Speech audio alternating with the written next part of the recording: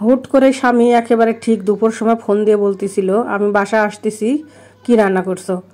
তো আমি তো রান্না করি নাই কো, তাড়াহুড়ো করে কি রান্না করে স্বামীকে খাওয়ালাম অবশ্যই সম্পূর্ণ ভিডিও দেখতে থাকেন, তাহলে জানবেন যে কি রান্না করে খাওয়ালাম। আসসালামু আলাইকুম, কেমন আছেন সবাই? আলহামদুলিল্লাহ, আল্লাহর অশেষ রহমতে আমিও ভালো আছি। তো রান্না করতেছি হচ্ছে, অবশ্যই দেখবেন যে কি রান্না করতেছি। তো এখানে হচ্ছে আমি রান্না করার জন্য সব কিছু রেডি করে নিয়ে এই যে আমি রান্নাটা এখন বসাই দিছি। এখানে মানে কতগুলো মানে পরিমাণ মতো তেল দিয়ে, জিরা ফোড়ন দিয়ে, পেঁয়াজ আর কাঁচামরিচটা আগে একটু হালকা ভাজা ভাজা করে নিলাম। নিয়ে এই যে সব ধরনের মশলা মানে হলুদ, মরিচ বা ধনিয়া গুঁড়া, আদা জিরা বাটা এগুলো দিয়ে মিক্স করে এরপরে আর কি মশলাটা দিয়ে দিলাম। দেওয়ার পরে আর কি আর এই বাটা মাছ আমি আগে থেকে ভালো মতো ধুয়ে পরিষ্কার করে নুন হলুদ দিয়ে মেখে রাখছিলাম। তো এই যে কষা নিলাম। আর আমার স্বামী আর কি কষানো মাছ রান্না খেতে বেশি পছন্দ করেন এবং ভাজা মাছটা খায় না বলতেও নয়, মানে খায় কিন্তু কম পছন্দ করে। এর জন্য আমি এই যে কষা রান্না করতেছিলাম। তো ভালো মতো আগে কষা নিলাম মাছটা, নিয়ে এই যে আমি উঠিয়ে নিলাম। নিয়ে ওই একই মশলার মধ্যে আমি ওই আমার সবজিগুলো দিয়ে দেবো। এখানে দিব হচ্ছে আলু আর পটল, আলু পটল দিয়ে বাটা মাছের ঝোল।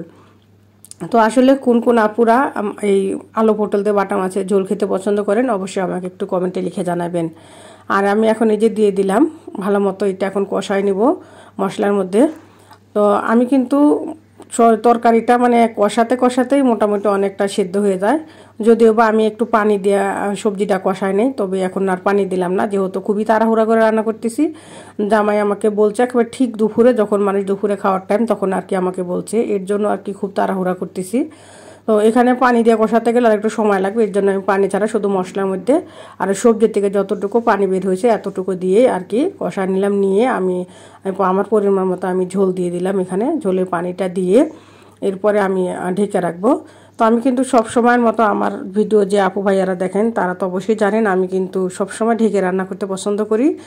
আর ঝোলটা এখন ভালো মতো ফুটে উঠেছে। এখন আমি ওই সেই কষা রাখা মাছটা আমি দিয়ে দিলাম।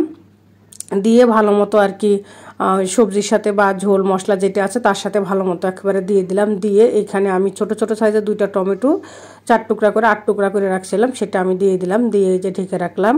ঢেকে যদিও বা আমি অন্য কাজে ছিলাম, এর জন্য ঝোলটার পরিমাণটা দেখি খুবই শুকিয়ে গেছে। যদিও বা আমরা ঝোল খেতে বেশি পছন্দ করি, এর জন্য আমি একটু ঝোলের পরিমাণটা সবসময় বেশি রেখে দিই।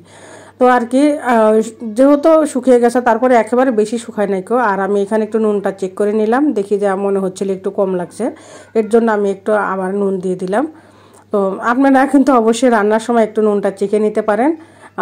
নুন একটু বেশি হলে সমস্যা হয় না কো, যদিও বা ভাতে নুন না নিলে। আর হচ্ছে পরিমাণ যদি কম হয় তাহলে কিন্তু ভাতটা খেতে বেশি ভালো লাগে না, পানসে লাগে। এবং কাঁচা নুন ভাতে নিতে হয়, কাঁচা নুনটা তো খাওয়া আমাদের শরীরের পক্ষে অনেক ক্ষতিকর। এর জন্য আর কি কাঁচা নুন যাতে অ্যাভয়েড করে চলা যায়, সেক্ষেত্রে যদিও বা একটু বেশি হয় সমস্যা হয় না কো। তো আমার রান্নাটা এই যে ডান, আমি এখন এই যে টেবিলে সার্ভ করে নিলাম। আর এই যে একটা ভর্তাটা, এই ভর্তা আমার শর্ট ভিডিওতে দেওয়া আছে রিলস, যদি এটার রেসিপি দেখতে চান অবশ্যই আমার রিলসে যা দেখতে পারবেন। আর এই যে দেখেন আমি একেবারে সার্ভ করে নিচ্ছি। আর আমার রান্নাটা কেমন হয়েছে যদি ভালো লেগে থাকে অবশ্যই আমার পেজটাকে ফলো করে লাইক কমেন্ট শেয়ার দিয়ে আমার পাশে থাকবেন।